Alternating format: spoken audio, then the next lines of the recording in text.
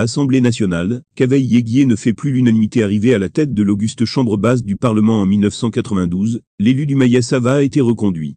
La transition générationnelle réclamée à corps et à cri ne se fera pas cette année. Cavaille Yéguier Djibril, 83 ans et en poste de manière continue depuis 1992, a été reconduit le 27 mars dernier, à la présidence de l'Assemblée nationale du Cameroun pour un an. 3 semaines après l'ouverture des travaux à la chambre basse du Parlement, en accord avec l'article 17, la doyenne d'âge Laurentine Koafug-Mbud a organisé l'élection du président de la Chambre. Majoritaire à l'hémicycle, le Rassemblement démocratique du peuple camerounais, RDPC, a présenté une candidature unique. Sans surprise, le Lamido de Maga, extrême nord, a été plébiscité par ses collègues pour conduire les destinées l'année législative 2023. Il retrouve son fauteuil, avec un score de 146 votes en sa faveur sur un total de 159 votants. On a enregistré 13 bulletins nuls. Dans le strict respect de l'alinéa 2 de l'article 17, la doyenne d'âge a invité l'ancien nouveau président à retrouver sa place. Le bureau sortant de la chambre basse a lui aussi été quasiment reconduit en dehors de la présidence du groupe RDPC, désormais confié à l'ex-ministre délégué du budget et député de la Meufoué Afamba Roger Melingui, qui remplace Bernard Ndongo Essomba, décédé le 17 mars dernier des suites de maladies dans la capitale camerounaise Yaoundé. Le secret de la longévité a eu poste. Cela fait 31 ans aujourd'hui que le député du RDPC, issu de la circonscription électorale du Mayo Sava, dans l'extrême nord du pays, est à la tête de la chambre basse du Parlement camerounais. Discret et efficace, il a su gagner la confiance du président national de son parti. Maîtrisant les arcanes du pouvoir qui chipotent au fil des années, le dinosaure du Grand Nord avance à grands pas.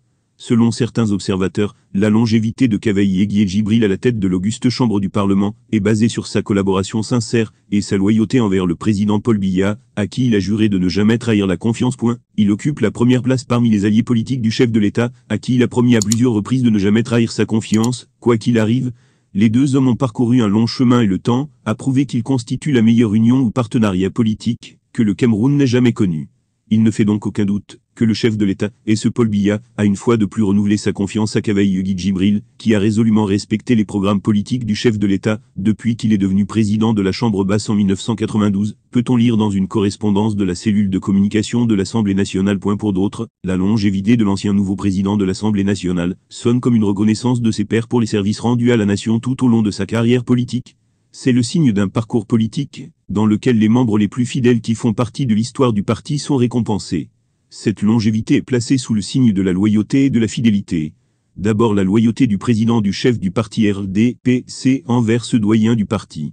Et cette fidélité du chef du parti résulte en réalité de la fidélité des services rendus par ce dernier, explique Dr Steve Mgou, diplômé en droit public. Du haut de ses 83 ans, la nouvelle réélection de Cavaille Yéguier Djibril, le régime semble se méfier de la vigueur de la jeunesse pour se fier à la sagesse titubante du troisième âge.